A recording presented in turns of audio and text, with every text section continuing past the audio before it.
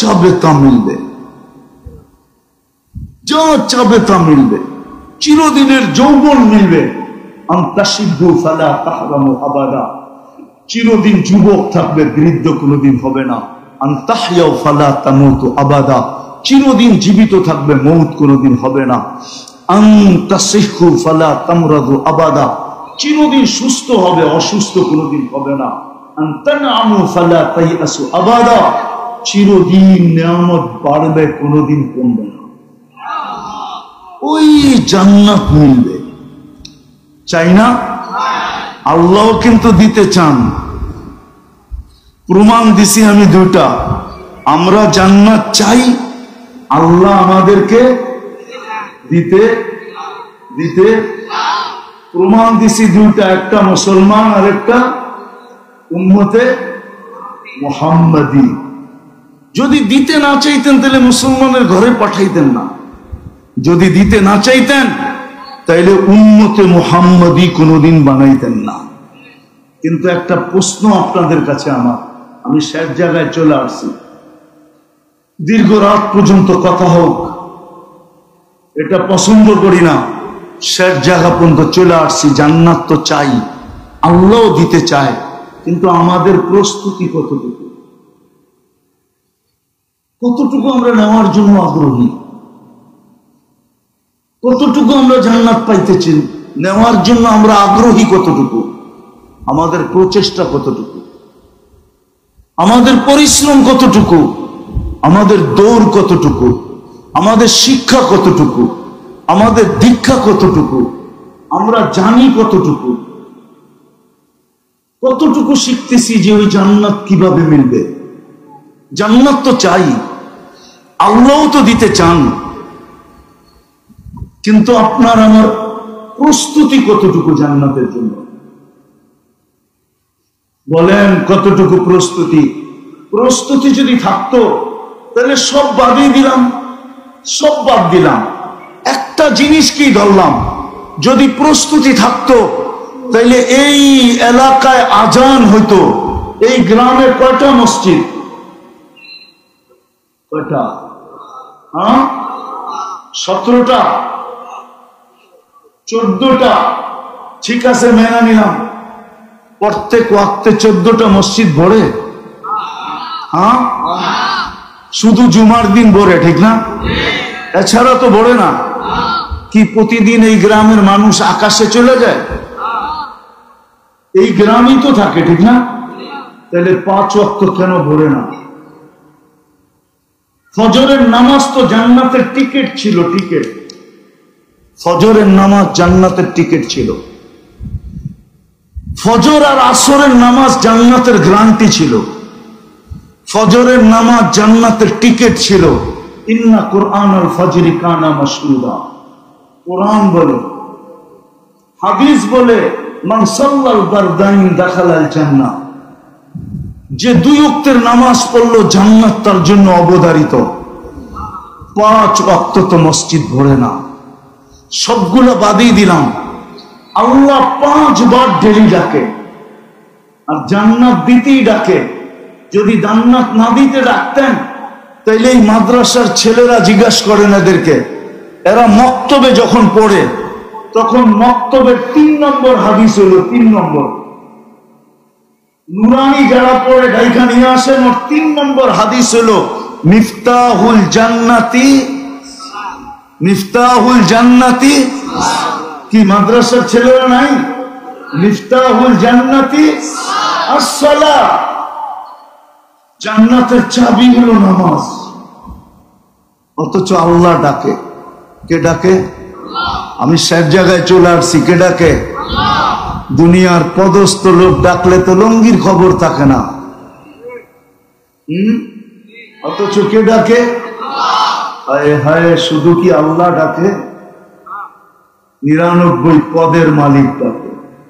শুধু আল্লাহ ডাকে না, রহমান ডাকে, রহিম ডাকে, মালিক ডাকে, কুদ্দুস ডাকে, সালাম ডাকে, মুমিন ডাকে, মুহাইমিন ডাকে, আজিজ ডাকে, জব্বার ডাকে, মুতাকাব্বিরুল খালিকুল বারিকুল মুসাব্বিরুল গফফারুল কহ্হারুল ওয়াহ্হাবুর রাজ্জাকুল ফাত্তাহুল আলিমুল কাবিদুল বাসিতুল খাফিদুর রাফিউল মুইজ্জুল মুদিল্লুস সামিউল বাসীরুল হাকামুল আদলুল লতীফুল খবীরুল হালিমুল আযীমুল গফুরুশ শাকুরুল আলিয়ুল কবীরুল হাফিজুল মুকীতুল হাসিবুল জলিলুল করিমুর রকিবুল মুজিবুল ওয়াসি আল হাকিমুল ওয়াদুদুল মজিদুল বাঈতুশ শহীদুল হকুল ওয়াকিলুল কবিয়ুল মতিনুল ওয়ালিয়ুল হামিদুল মুসি আল মুবদি আল মুঈদ আল মুহয়ি আল মুমীত আল হাইয়্যু আল কাইয়্যুম আল ওয়াজিদ আল মাজিদ আল ওয়াহিদ আল আহাদ আস সামাদ আল কাদির المقتدر المقدم المؤخر الأول والآخر الظاهر والباطن الوالي المتوالي البر التواب المنتقم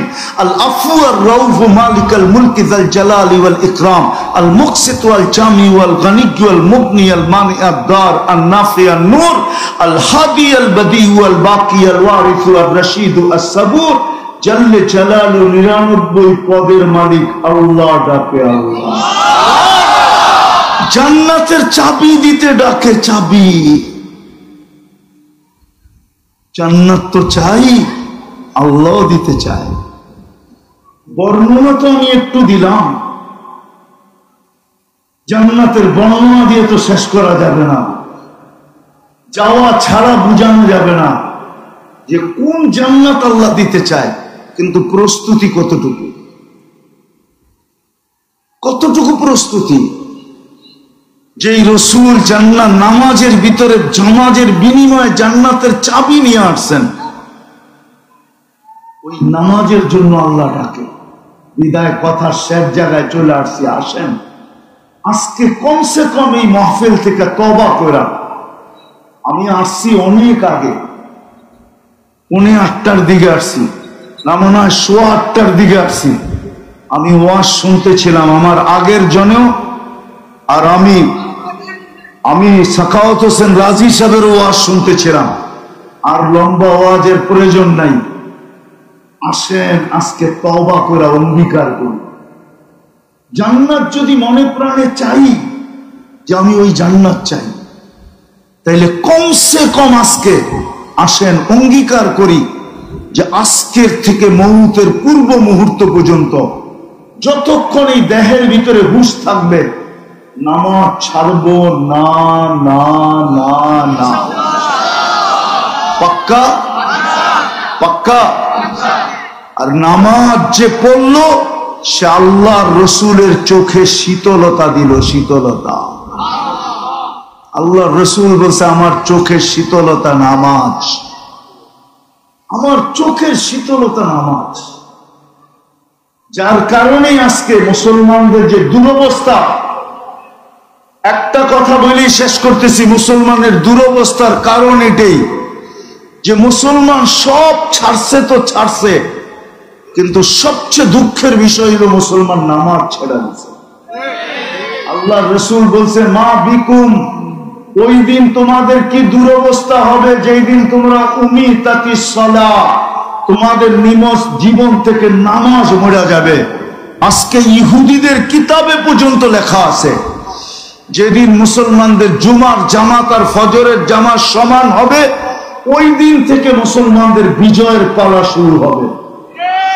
300 দিনের উপরে হতে চলছে, 300 দিনের উপরে, প্রায় 300 দিন হতে চলছে ফিলিস্তিনের যুদ্ধ। আপনারা ফিলিস্তিন মিডিয়ায় দেখছেন, আমি 14 বছর আগে 2 চোখে দেখছি, 2 চোখে। আপনারা আমার চেয়ে বেশি ফিলিস্তিন চিনেন না। যেখানে ইব্রাহিম খলিল শুয়ে আছে ফিলিস্তিনে, ওয়াদিয়ে খালিল আপনারা দেখেন নাই, ওয়াদিয়ে মুসা আপনারা দেখেন নাই, যেখানে মুসা আলাইহিস সালাম শুয়ে আছে।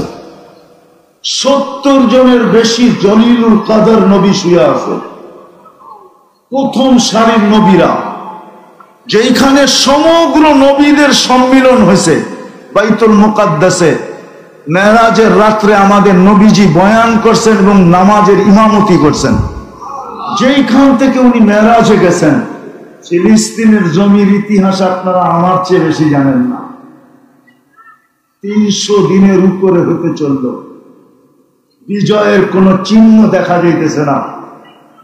ফিলিস্তিনের মানুষ বলে তোমরা 5 ওয়াক্ত নামাজ পড়ো, আমরা ডেলি 6 ওয়াক্ত নামাজ পড়ি। 5 ওয়াক্ত নামাজের সাথে সাথে ডেলি জানাজার নামাজও আমরা পড়ি, ডেলি জানাজার নামাজ। এই জন্য তোমরা 5 নামাজ পড়ো, আমরা ডেলি 6 নামাজ পড়ি। আজকে 300 দিন টানা বিজয়ের চিহ্ন দেখা যাইতেছে না। কারণ কি? ওই জমিন যার প্রত্যেকটা বালুর কণার সাথে বরকত মিশ্রিত। আপনাকে ফিলিস্তিনের কথা বলে শেষ করা যাবে না। আমি পায়ে দিয়ে ঘুরে আসছি, আমার পায়ের চিহ্ন ফিলিস্তিনের মাটিতে আছে। যেটা আমার চেয়ে ভালো ফিলিস্তিন আপনারা ছিলেন না। আজকে বিজয়ের নিশান এখনো উঠতে দেখা যাইতেছে না। দোষ ওদের না, আমাদেরও দোষ। কেননা মুসলিম এক উম্মাহ, মুসলিম এক জাতি, উম্মতে মুহাম্মদী একটা উম্মত, উম্মতে মুহাম্মদী একটা জাতি। এখানে কোনো ব্যক্তি বা এলাকার উপরে নির্ভরশীল না, এটা তো পুরা জাতির ব্যাপার। আজকে আমরা পুরা জাতি নামাজ ছেড়ে দিছি, যার কারণে ইহুদিদের কিতাবে এখনো লেখা আছে ফজরের নামাজ আর জুমার নামাজ যেদিন সমান হবে ওই দিন তোমাদের বিজয়ের পালা শুরু হবে। সারা দুনিয়ার সৃষ্টি মিলা তোমাদের বিজয়কে কেউ বাধাগ্রস্ত করতে পারবে না, না, না, না।